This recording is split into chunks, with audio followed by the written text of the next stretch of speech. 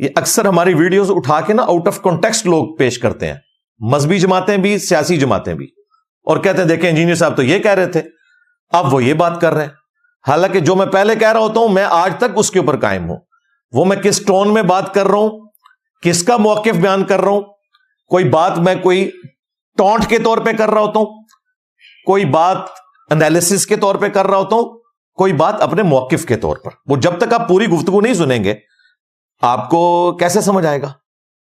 میں نے ایک ویڈیو میں کہا کہ جی کسی کو غدار وطن کہنے کا کوڑا پہلے ہماری اسٹیبلشمنٹ کے ہاتھ میں تھا، اب یہ خان صاحب کے ہاتھ میں آ گیا. خان صاحب جسے کہیں گے وہ محب الوطن ہوگا، اور خان صاحب جسے کہیں گے وہ غدار وطن ہوگا.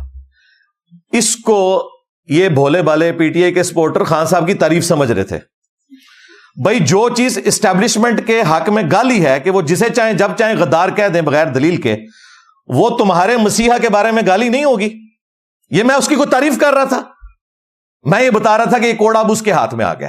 ہم نہیں چاہتے کہ یہ کوڑا کسی کے ہاتھ میں بھی جائے. کسی کو کوئی رائٹ نہیں پہنچتا کسی کو غدار وطن کہنے کا، اور نہ کسی کو توہین مذہب کا الزام لگانے کا. تو وہ جو یہ پرانے کلپ بھی چلا چلا کے کر رہے ہیں نا، کوئی اپنا بڑا لانچ کرو، تمہارے لیے بھی آفر موجود ہے. جس کو تم سب سے بڑا اپنا یوٹیوبر سمجھتے ہو نا، اس کی پہلے بیعت کرو اور ویڈیو بناؤ کہ یہ ہمارا بڑا ہے. خواہ وہ عمران ریاض خان ہو یا کوئی اور ہو، جڑاں بڑے آئے میری اکیڈمی میں، اپنا بھی کیمرہ لے سامنے بیٹھ کے بات کر لے. ٹھیک ہے، تو انشاءاللہ تب یہ صاف کر دوں گا، بتاؤں گا کہ تم لوگ جو اس وقت اس امت پہ مسیحا بن کے مسلط ہوئے ہو نا، تم اسی اسٹیبلشمنٹ کی پیداوار ہو، کوئی فرق نہیں ہے. لیکن چونکہ میں نے اس کو بار بار ٹاپک اس لیے نہیں بنانا ہوتا کہ ہمارا یہ سیاسی پلیٹ فارم نہیں، مجبوری اس لیے بن جاتی ہے کہ ہمارے اسٹوڈنٹس اکثر چونکہ ینگ جنریشن ہے اور وہ ان لوگوں کے ہاتھوں گمراہ ہو جاتی ہے، پولیٹیشنز کے ہاتھوں. تو میری مجبوری بنتی ہے کہ میں انہیں بتاؤں کہ خدا کے لیے یار ان کے شر سے بچاؤ اپنے آپ کو. یہ سیاسی لیڈرز ہیں، انہیں مذہبی لیڈرز نہ مانو. اور اندازہ کریں آج کل یہ بات ہو رہی ہے حسین، یار یہ لوگ حسین کے کریکٹر والے ہیں، یہ سارے اپنے اپنے دور کے یزید ہیں. جب نکل جاتے ہیں حسین بن جاتے ہیں. ہر زمانے میں ایک نیا حسین اٹھا ہوتا ہے ان کا. تو وہ ایک بڑی تکلیف دہ چیز ہے خدا کے لیے. یہ سب لوگ اپنے وقت میں یزید ہوتے ہیں جب ان کے ہاتھ میں حکومت ہوتی ہے، جب باہر نکلتے ہیں تو یہ مظلومیت کا کارڈ کھیلتے ہیں، اور پھر اندر آنے کے لیے اپنے آپ کو حسین کہتے ہیں. ڈاکٹر طاہر القادری صاحب نے اپنے آپ کو حسین کہا، اس کے بعد مولانا فضل الرحمان صاحب نے اپنے آپ کو حسین کہا، اور اب یہ خان صاحب کے بارے میں ان کے ماننے والے حسین کلیم کر رہے ہیں. تو یہ خدا کے لیے حسین ابن علی کا نام آپ لوگ بدنام نہ کریں. حسین ابن علی نے کبھی بھی یزید کی بیعت نہیں کی تھی. تمہارے یہ جعلی حسین وہ ہیں جو اپنے اپنے زمانے میں اسٹیبلشمنٹ کی بیعت کرتے رہے ہیں، اور یہاں وہ بیٹھا ہوا ہے جس نے پہلے دن سے کبھی بھی ان کی بیعت نہیں کی، بلکہ تمہیں چھوڑا 2014 کے دھرنوں کی وجہ سے کہ تم نے ان کی بیعت کر لی ہے. اور مجھے 2017 میں اپنی نوکری سے ہاتھ دھونا پڑا، ریٹائرمنٹ لینی پڑی، لیکن انہوں نے الزام بڑا بھونڈا لگایا تھا، دہشت گردی کا الزام لگا دیا. میں نے کورٹ میں مقدمہ کیا، اور یہی عطر من اللہ جو آج اتنا نظریاتی بنا ہوا ہے نا، یہ اس وقت فیض حمید کا بغل بچہ تھا. اس وقت یہ لوگ یزید تھے. اس وقت حسین اگر کوئی تھا نا تو جسٹس شوکت صدیقی صاحب تھے. آج یہ 6 جج لکھ رہے ہیں کہ جی جسٹس صاحب نے جو الزامات لگائے تھے وہ بالکل درست ہے. تو انو اتنے سال بعد پتا لگا درست ہے، اس ٹائم تو تسی یزید سو. ان کو کوئی حق نہیں پہنچتا حسین اور یزید کی بات کرنے کا، سب یزیدی ہیں یہ. تو یہ ہے دلیری، اللہ کا شکر ہے. اور پھر مجھے باتیں کرتے ہیں کہ جی یہ جو ہے وہ پیسے پکڑ لیتا ہے. اور خدا کے لیے گھڑیاں تم لوگوں نے لی تحفے میں، بیچی تم لوگوں نے. ٹھیک ہے، تم سے پہلے جو تھے انہوں نے گاڑیاں لے کے بیچی. تم لوگوں کا کریکٹر سب کو پتا ہے تم لوگ کیا ہو، ہمیں باتیں کرتے ہو. اور یہ ہمارے جتنے اسٹوڈنٹس ہیں یہ ہم نے کسی سے کوئی وراثت میں نہیں لیے ہیں، یہ ارن کی ہیں میرے کریکٹر کی وجہ سے. اور تمہارا کریکٹر کیا ہے ماضی کا، حال کا اور مستقبل کا، وہ انشاءاللہ پتہ چل جائے گا. مستقبل بھی انشاءاللہ قریب ہی ہے ان سب کا انشاءاللہ تعالی. اور اس قسم کی ایک جھوٹی کمپین چلانا ایک شخص کے بارے میں، اور اس طرح کے جھوٹے الزامات لگانا، اور جب میں جس صحافی کو فون کر رہا ہوں جی علی بھائی معذرت معافی، یہ حالت ہے ان کی. پھر میں نے سوچا ان کا بڑا بھی یہی کرتا ہے تقریر میں آ کے دھمکیاں لگاتا ہے, اور جب میٹنگ میں بیٹھتا ہے انہیں اسٹیبلشمنٹ کے قدموں میں گرتا ہے کہ جی مجھے دوبارہ لے آؤ. تو میں نے کہا بالکل ٹھیک ہے, اپنے بڑے کی پیڑھی چڑھے ہوئے ہو تم لوگ. اور یہ اللہ کی سنت ہے کہ جو شخص دو رخی اختیار کرتا ہے اللہ تعالیٰ اسے مرنے سے پہلے ایکسپوز ضرور کرتا ہے. اور دیکھیں کس نے اپنی سٹیٹمنٹس میں یہ سارے کے سارے ایکسپوز ہوتے جا رہے ہیں. رہی میری سٹیٹمنٹ, میں آج تک اپنی ہر سٹیٹمنٹ کے اوپر قائم ہوں الحمدللہ, پورے کانٹیکسٹ کے ساتھ قائم ہوں. جو بات میں اس وقت کرتا تھا آج بھی وہی کرتا ہوں. ہاں مستقبل میں بھی جس کے اوپر توہین مذہب کا الزام لگے گا, اور یار قادیانی جن کو میں کافر سمجھتا ہوں نا, ان کی پرسیکیوشن جب ہوتی ہے نا تو میں ان کے حق میں کھڑا ہوتا ہوں.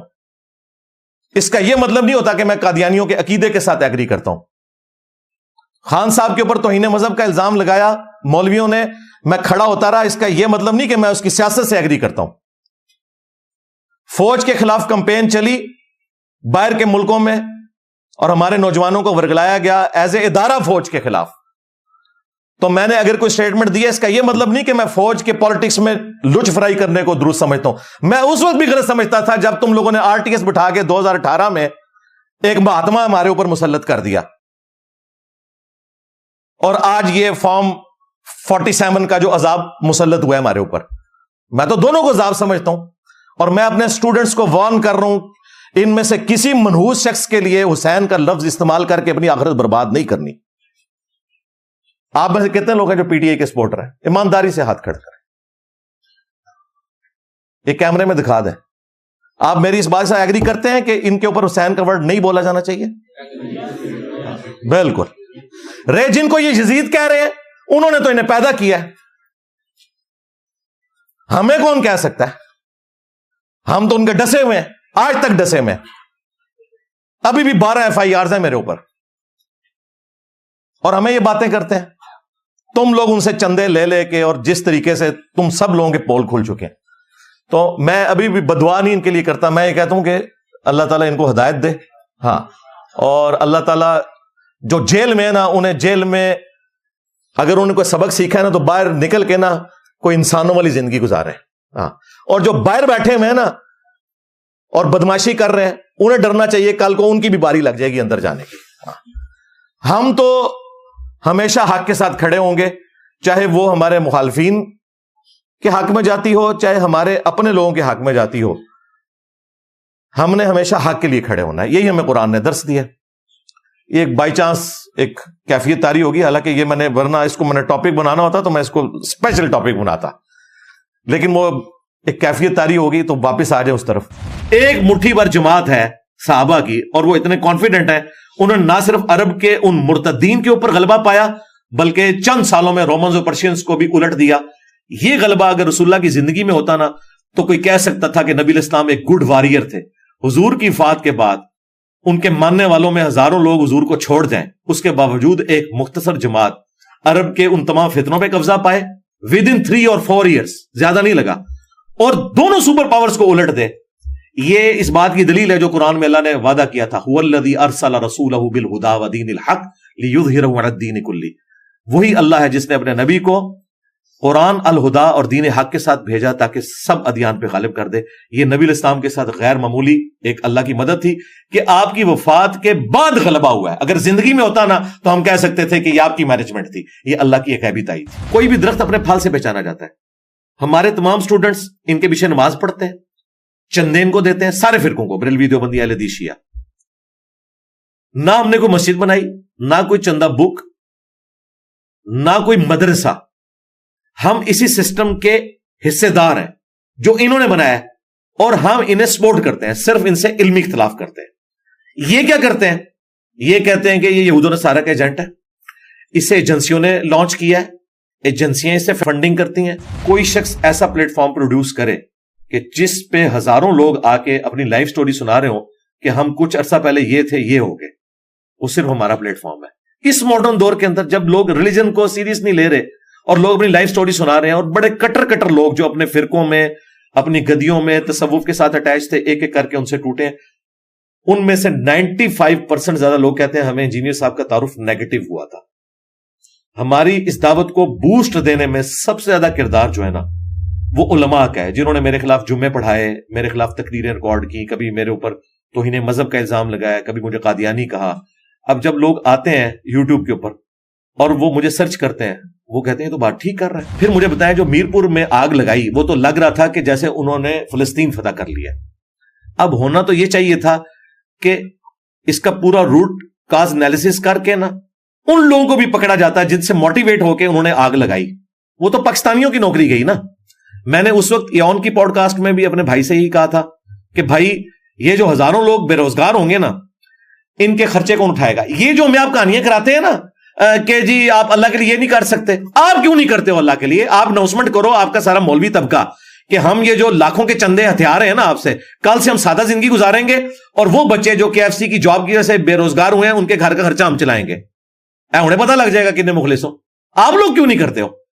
فرانس میں بیٹھ کے پوسٹ لگا رہے ہیں کہ فرانس کی پروڈکٹس کا بائیکاٹ کریں. میں آپ کو جنرلی بتا رہا ہوں, جب یہ TLP والوں نے فرانس کے خلاف یہ سب کچھ شروع کیا نا کارٹونز کے اوپر, تو فرانس سے پوسٹیں لگ رہی تھی. تو میں نے اس وقت بھی کہا تھا اللہ کے بندو سب سے پہلے تو واپس آنا ہے. فلسطین کے حوالے سے ہمارا موقف ہے کہ اسرائیل نے جو کچھ کیا یہ وہی کچھ کیا جو ہٹلر نے ان کے ساتھ کیا تھا. اس سے بڑی گالی میں اسرائیل کو نہیں دے سکتا. یہ وہ گالی ہے جو ان کی قبر میں بھی ان کے ساتھ جائے گی کہ جو کچھ ہولوکاسٹ میں تمہارے ساتھ ہٹلر نے کیا نا, اس وقت ہٹلر کی جگہ تم آ گئے ہو اور مسلمانوں کو تم نے جو ہے وہ ان یہودیوں کی جگہ کر دیا ہے جن کے لیے 100 فیکٹریاں بنائی گئی اور انہیں ظلمن قتل کیا گیا. ہم ہٹلر کو بھی کنڈیم کرتے ہیں. ہٹلر کی لیگیسی اس وقت اسرائیل لے کے چل رہا ہے اور ان مظلوم یہودیوں کی لیگیسی مظلوم فلسطینی لے کے چل رہا ہے. اس سے بڑی میں کوئی گالی اسرائیل کو نہیں دے سکتا. یہ ایک ایتھیکل گالی ہے جو کنٹرول ورڈز میں نے دے دی. میں کہتا ہوں آج اگر 1000 ہمارے کوئی جنگجو ہوں جن کے ہاتھ میں تلوار ہو, سامنے سے ایک کلین شیو یہودی ایک جو ہے وہ آٹومیٹک گن لے کے آ جائے تو یہ کیا کریں گے؟ یہ فرق ہے اس وقت. ایئر سٹرائک نے مسلم دنیا کو اتنا پیچھے چھوڑ دیا کہ ہم اس وقت ان کا مقابلہ نہیں کر سکتے. زمینی جنگ پہ کر سکتے ہیں, ایئر سٹرائک میں نہیں کر سکتے. آج دنیا سے ایئر سٹرائکس ختم کر دیں, پاکستانی فوج سب سے بہترین فوج ہے لڑنے کے لیے. طالبان کیوں کامیاب ہوئے ہیں؟ ان کے پاس تورا بورا تھا, چھپے رہے ہیں. کارپیٹ بمنگ ہوتی تھی, بہت جانوں کا نقصان ہوا ہے. لوگ کہتے ہیں طالبان جیتے ہیں, طالبان نہیں جیتے. امریکہ ہارا ہے, طالبان نہیں جیتے. ہارا ہے کہ بھی اکانومی کا وہ بوجھ نہیں اٹھا سکے, چلے گئے. آج وہ آگے بیٹھ جائیں, یہ بیچارے پھر چلے جائیں گے غاروں کے اندر. کیوں؟ یہ نہیں ان کا مقابلہ کر سکتے, ان کے پاس ایئر سٹرائک نہیں ہے. وہ اوپر سے آگے بمنگ کر کے B-52 اور یہ جب ہم باتیں کرتے ہیں نا تو پھر یہ جو موٹیویشنل اسپیکر یہ کہتے ہیں کہ ہمارے بچوں کو بزدل بنا رہا ہے. بزدل نہیں بنا رہا بھائی, میں سائنس کا اسٹوڈنٹ بھی ہوں, میں انجینئر بھی ہوں, میں نے میکینیکل انجینئرنگ کی ہوئی ہے اور میں 15 سال اس ادارے سے وابستہ رہا ہوں جو پاکستان کا میزائل سسٹم سارا ادھر سے ہے. تو مجھے تو پتہ ہے گراؤنڈ ریئلٹیز کیا ہے. اسلامک ڈیموکریسی جسے جماعت اسلامی بھی سپورٹ کرتی ہے, مذہبی جماعت کے طور پہ سب سے آرگنائز جماعت وہی ہے. مولانا فضل الرحمان صاحب بھی اون کرتے ہیں. انہوں نے 3-4 دفعہ خود کش حملے اپنے اوپر کروا لیے TTP کے, صرف اس وجہ سے کہ انہیں تکلیف ہے کہ اتنی بڑی ریلیجس پرسنالٹی پاکستان کے آئین کو مانے ہوئے. اس اعتبار سے اپنی ساری کمزوریوں کے باوجود میں مولانا فضل الرحمان کو پاکستان کی پالیٹکس, ایون پاکستان کی نظریاتی حدود کی حفاظت کے اعتبار سے ایسٹ مانتا ہوں. اب تو مجھے کہنے میں آر نہیں, اب تو PTI کے لیے بھی وہ ایسٹ ہے. ٹھیک ہے, پہلے وہ جس کی یوں ایسے پردہ کر کے نقلیں اتارتے تھے, آج وہ PTI کے منظور نظر ہیں. ہمیں وہ اس وقت بھی اچھے لگتے تھے, آج بھی اچھے لگتے ہیں. ہاں, ہم اصول کے اوپر کھڑے ہوئے. تو مولانا فضل الرحمان صاحب جو PTI کے اس وقت امام ہیں, تو وہ ایسٹ ہے. کم از کم انہوں نے لاکھوں لوگوں کو نان اسٹیٹ ایکٹر بننے سے روک لیا. یہ بہت بڑا ان کا کریڈٹ ہے, قومی دھارے میں رکھا ہوا ہے. TLP سے ہمارے جو اختلافات اپنی جگہ, لیکن ایٹ لیسٹ وہ اس سسٹم کا حصہ بنے. اس اعتبار سے میں ان کی تعریف کرتا ہوں کہ بجائے یہ کہ انہوں نے اسلحہ اٹھانے کے قومی دھارے میں آیا. یہی ہونا چاہیے, یہی ایک طریقہ ہے. اب رہا مسئلہ کہ یہ بار بار ہمیں کبھی ضرب عزم, کبھی رد الفساد, کبھی عزم استحکام, تو یہ تو ہماری مجبوری ہے. ہم کمبل کو چھوڑنا چاہتے ہیں, کمبل ہمیں نہیں چھوڑ رہا. ہم نے جو اتنی غلطیاں کی ہیں اتنی جلدی تو جان نہیں چھوڑے گی, سیدھی سی بات ہے. اس کے لیے آپ کو کاؤنٹر نیریٹو لانچ کرنا پڑے گا. جو یہ ہمیں پڑھاتے ہوتے ہیں نا پاکستان کی نظریاتی حدود کی حفاظت ہم کر رہے ہیں, نظریاتی حدود کی حفاظت کوئی نہیں ہو رہی ہے, جغرافیے کی حفاظت ہو رہی ہے. ابھی تک کوئی سیریس کوشش نہیں ہوئی ہے. مجھے بتائیں وہ تمام علماء جو ان چیزوں پہ بولتے تھے ایک ایک کر کے خود کش حملوں میں شہید کر دیے گئے. ایک بندہ بچا تھا غامدی صاحب, وہ بےچارے پوری زندگی ملیشیا گزاری اور اب وہ بیٹھے ہوئے ہیں امریکہ کے اندر. تو نظریاتی حدود کی حفاظت غامدی صاحب نے کرنی ہے، آرمی چیف نہیں کر سکتا۔ ایک آسما جہانگیر آپ 70 سالوں میں صرف پیدا کر سکیں، یہ ایک داڑھی پگڑی والا بندہ کہہ رہا ہے۔ کتنے لوگ ہیں جو سچائی کے لیے کھڑے ہوتے ہیں، کوئی دلیری دکھانے کے لیے کھڑا نہیں ہوتا۔ آسما جہانگیر کو سب سے زیادہ تکلیفیں کس سے اٹھانی پڑی؟ مذہبی طبقے سے، اسٹیبلشمنٹ سے۔ پھر آپ یہ کہتے ہیں کہ یہ لوگ آپ کی خدمت کریں اور آج آپ کا قبلہ درست ہوا ہے، تو آسما جہانگیر یا ان کی لیگیسی جو لے کے چل رہے ہیں وہ فوج کے حق میں کھڑے ہو جائیں۔ انہیں تو خطرہ ہے کل کو آپ کا قبلہ بدلا تو سب سے پہلے ان کو آپ شہید ہوتے ہوئے دیکھیں گے۔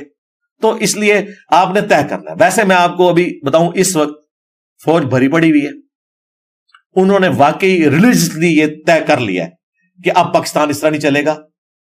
اس کی وجہ FATF، پوری دنیا کی پالیٹکس کا چینج ہونا، یہ بھی گوروں کو کریڈٹ جاتا ہے، ان کو نہیں جاتا، گوروں کو جاتا ہے کہ انہوں نے انہیں سکھایا کہ بندے کے پتر بنو، دنیا میں اس طرح نہیں آپ رہ سکتے، ورنہ ہم یہ کر دیں گے۔ اگر تم نے یہ 25 کروڑ کا جو ایٹم بم رکھا ہوا ہے نا ادھر آبادی کا، ان کو ساتھ لے کے چلنا ہے نا، بھوکے نہیں مارنا، تو بھائی پھر ہماری بات بھی مانو۔ اور وہ ٹھیک کہہ رہے ہیں، FATF نہ ہوتا نا، میں دیکھتا یہ رد الفساد ضرب عضب کہاں سے آتا، یہ ہم نے نہیں لرن کیا۔ اب مجھے بتائیں، 2017 میں ہستا بستا ملک تھا، دو بندوں نے ڈیسائیڈ کیا، چلتے ٹائر میں ڈنڈا دے دیا، ٹھیک ہے، 5 روپے کی روٹی تھی اس وقت کی، آپ ڈالر کی قیمت دیکھیں، ہستا بستا ملک انہوں نے عدلیے کے ساتھ مل کے اسٹیبلشمنٹ نے اجاڑ دیا۔ اب اس کی ریمیڈی کئی ڈیکیز تک نہیں ہونی، ٹھیک ہے۔ پھر RTS ہوا، اب فارم 45 تو سب کو نظر آ رہا ہے، RTS کسی کو نظر نہیں آ رہا، ٹھیک ہے۔ اب وہ اپنی جگہ چیختے ہیں، وہ کہتے ہیں یار ہم ملک کی خدمت کر رہے تھے، ہمیں ڈیفیم کر دیا، اب بچے ان کے ساتھ لگ گئے ہیں، اب ہمیں یہ کہہ رہے ہیں کہ جی اب وہ جو ہے اب ہم 0 سے سٹارٹ کر لیں۔ وہ ادھر نہیں مانتے، وہ آپ جا کے وہ بوٹ کو عزت دو پہ آگے ہیں، ووٹ کو عزت دو سے، اور جو سیم پیج تھے وہ ووٹ کو عزت دو بن گئے۔ اگر میں PTI کی پالیٹکس کو کرٹیسائز کرتا ہوں تو میں جب ان کے حق میں بات کروں گا تو بائی نیم کروں گا کہ جو 9 مئی کا ایشو ہوا اس میں جتنے لوگ جیو فینسنگ کے اندر پڑے ہوئے ہیں، آج 1 سال سے زیادہ گزر چکا ہے، اس میں کئی بے گناہ لوگ بھی ہیں، ان کے کیسز بھی نہیں لگ رہے۔ تو میرے بھائی، آپ نے اللہ کو جواب دے ہونا ہے ان کے بارے میں، جو مجرم ہیں انہیں سزا دے۔ میں کہتا ہوں خان صاحب اگر مجرم ثابت ہوتے ہیں انہیں بھی سزا دے، ہم نہیں کہیں گے کہ یہ امت مسلمہ کا لیڈر ہے، ہینڈسم ہے تو اسے چھوڑ دیں، بالکل سزا دیں۔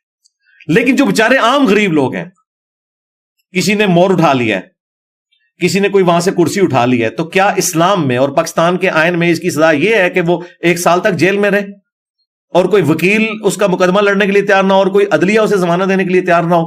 ان لوگوں کو فی الفور ان کے کیسز چلا کے فارغ کیا جائے جو بے گناہ ہے۔ جو گناہ گار ہیں انہیں بھی سزا اتنی دی جائے جتنی ان کی بنتی ہے۔ یہ نہیں ہے کہ آپ اپنا غصہ نکالنے کے لیے وَلَا يَجْرِمَنَّكُمْ شَنَآنُ قَوْمٍ عَلَىٰ أَلَّا تَعْدِلُوا اعْدِلُوا هُوَ أَقْرَبُ لِلتَّقْوَىٰ۔ اب حافظ صاحب کو تو عربی آتی ہے، انہیں پتا ہے کہ دیکھنا کسی قوم کی دشمنی تمہیں اس پہ نہ ابھارے کہ تم انصاف کا راستہ چھوڑ دو، انصاف کرو، وہی تقوی کے قریب ہے، یہی روش ہونی چاہیے۔ عمران خان صاحب کی محبت میں جس طرح لوگ گرفتار ہیں، ہر سال لاکھوں لوگ 18 سال کو کراس کر رہے ہیں، یہ ساری کی ساری بریڈ تو خان صاحب کو ایڈلائز کرتی ہے، کیونکہ انہوں نے تو 90s کا زمانہ نہیں دیکھا ہوا، ورنہ ان کو پتا ہوتا کہ اس وقت کون بی ٹیم تھی، بعد میں کون بی ٹیم بنا۔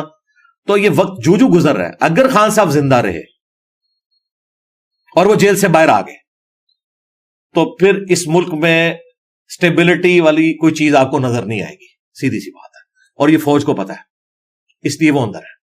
تا وقت ہے کہ ان کی کوئی گارنٹی دے، ان کی گارنٹی تو کوئی بھی نہیں دے سکتا، حقیقت بات ہے، کیونکہ ان کی زندگی یو ٹرن سے عبارت ہے، وہ کسی ایک بات پہ بھی قائم نہیں رہتے۔ اسی لیے ہمیں ان کی مظلومیت تو نظر آتی ہے، فوج کی بھی مجبوری دیکھیں، وہ بھی کہتے ہیں کہ بھائی اس کو باہر نکالیں تو پھر آپ کو پتا کیا کرے گا، باہر کے ملک بھیج دیں تو کیا کرے گا، یہ اندر بیٹھ کے یہ کچھ ہو رہا ہے تو باہر آگے کیا کرے گا۔